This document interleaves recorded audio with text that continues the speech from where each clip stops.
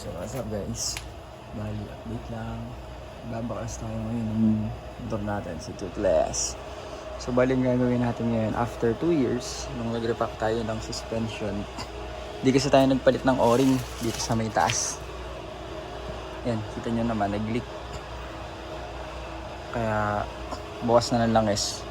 Tsaka medyo ano na din, choppy na din pag tumatakbo. Tulad nito.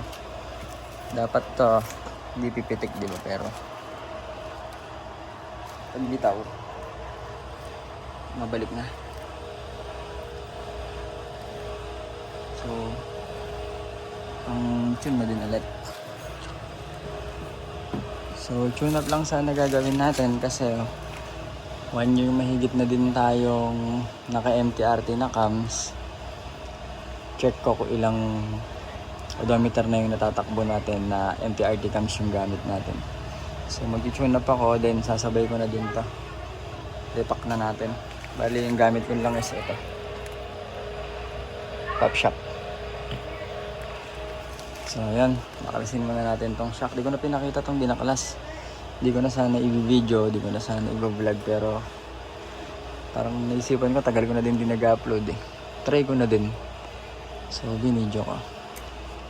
So after natin i-repack yun, tune up tayo. May rides kasi tayo sa May 14. Sana natuloy pag di umulan. Alright. So baklasin na natin yun. Hindi ko na papakita kung paano baklasin yun kasi alam niyo naman na, hindi ko na babaklasin yung buong tube na yan. I-drain ko na lang. Alright.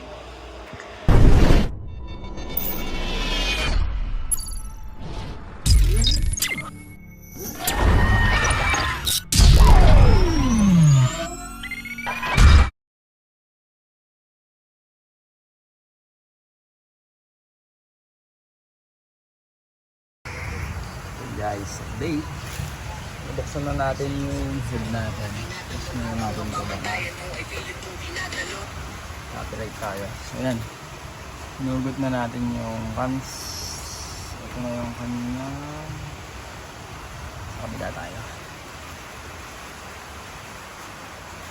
Yeah. So ito na yung kanyang nakita. Ayan. Ito yung tumabing.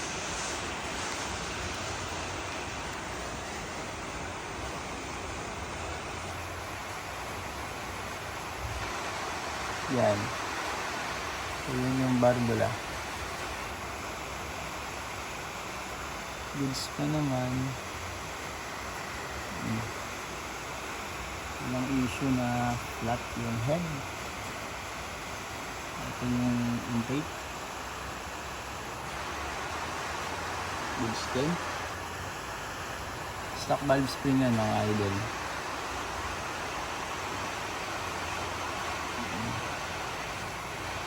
So, check naman natin yung internals. So, bali ito nakabalas na. So, ito yung internals. So, okay naman yung rocker arm natin. Walang alugang bearing. Wala ding bilog ang tappet. Ito yung intake. So, ito yung exhaust. Okay din yan, walang alag. Pero napansin ko sa exhaust natin, ito nagkaroon siya ng ganito sa bearing. Nagkaroon ng guhit, lining. Pero hindi naman malalim, hindi naman nakakapa. Marka lang. So, yan. Ito yung proportion ng cams natin. So, kung nagtatanong, cams natin, stage 1, B1.2. So, napansin ko, ito nga, unig ko guhit. Baka dahil dito. Ito. Pag tumatama siya dito. Pero yung cams walang guhit. So, malinis. So baka dahil dito sa kanto na to, pag dumadaan to, kaya siya nagkaroon ng guhit. So ayan. Sa lobes naman idols, nakikita nyo layo ng difference.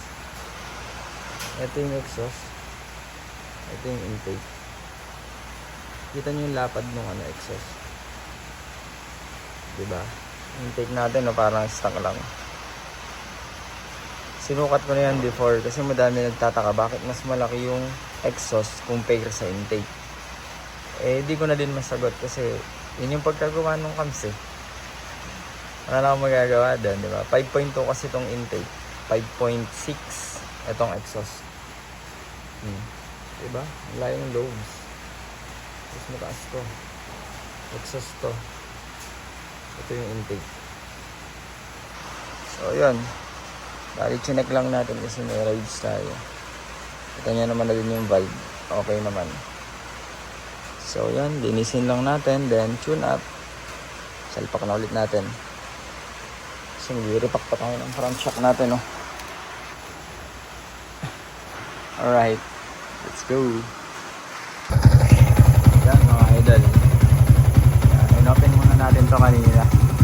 Tinignan natin kung may bubbles, kung may bulwak, or tapos humihigop pa ng ulan kasi di ba may tumapon tayo na ulan.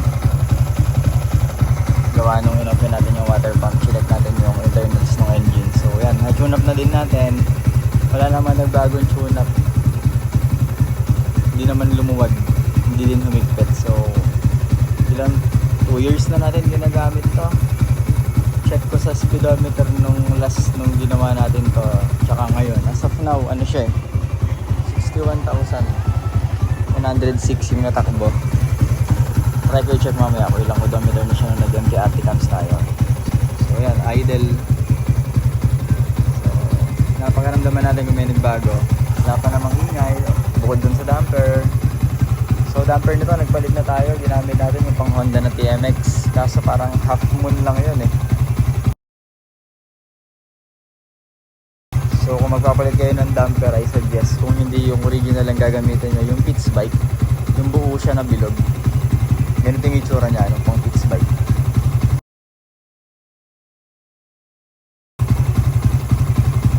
Yung sa Honda kasi half lang, so kaya siguro mabilis na sira. So ngayon nga pala naka-replica pro tayo. Sinwap natin yung handpipe natin, pero babalik ko din yung ano natin, Uma. Tinanay ko lang din to para bago sa pandinig. Napilitan lang swap. Ayun, hindi pa nga nakatapat yung bracket.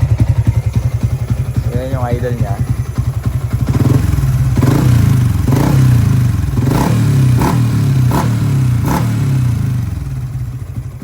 Tagal umikot ng pan. Ito kanina pa eh. So ayun, tatagal tayo masyado. Gawin na natin yung shock. Alright. Kaya na, may katas yan eh. Magkaroon ng katas yan sa may orange sa taas. So gawin muna natin yan guys. Bye! Yan mga idol. So binaklas na din natin tong ano, diba? Front shock natin. Andito yung may leak nun. All goods na yan. All goods. Binasa na din natin para matrace natin kung magkakalik pa o hindi na. So nagpalit na din tayo ng brake pads. Wala na yatang kalahati ito. Tapos ito, karamihan issue naman to ng Sniper B1. Itong bracket na to napuputol. Dinikit ko na lang ng silipoxy. Hinintay ko pa matuyo. Tapos babalik ko na yung cover niya.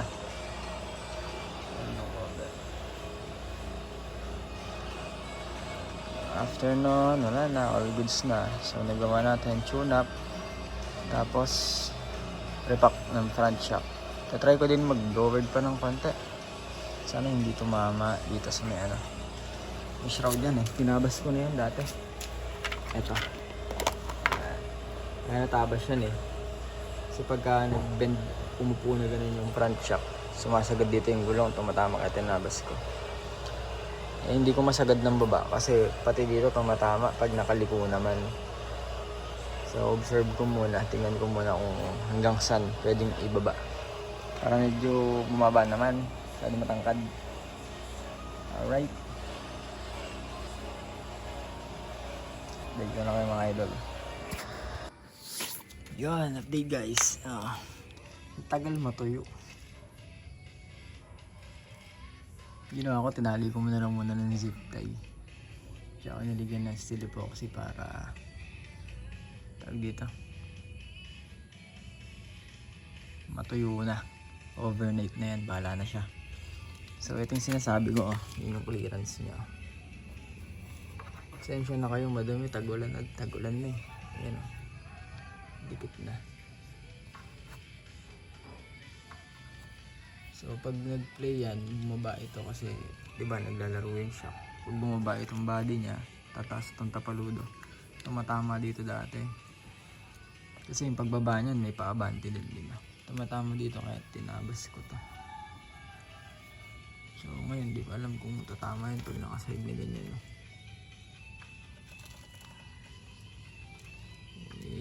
Laking bagay din naman kasi nito, lalo pag tag-ulan. Yung mga putik, hindi lahat pumapasok dun sa may head tsaka sa may block. Yan. Tulad nito, yun lang siya. Hindi siya papasok dun. So yun lang, wala namang bago. Kumbaga maintenance lang, check lang anong parts natin na cams, rocker arm kung okay pa, then tune up. Kasi almost 2 years na yung cams na yun eh. Hindi pa natin na-check ulit, hindi pa natin na-tune up ulit. So pati yung coolant, nagpalit na tayo, repack ng shock. So yun, kita-kits na lang sa susunod na rides. Ang rides namin is June 14. Sana matuloy, sana gumanda na yung panahon. Quirino Skyline View Deck, Ilocos Sur. Then ikot kami ng Besang Pass. Subscribe. Keep safe, ride safe, and peace.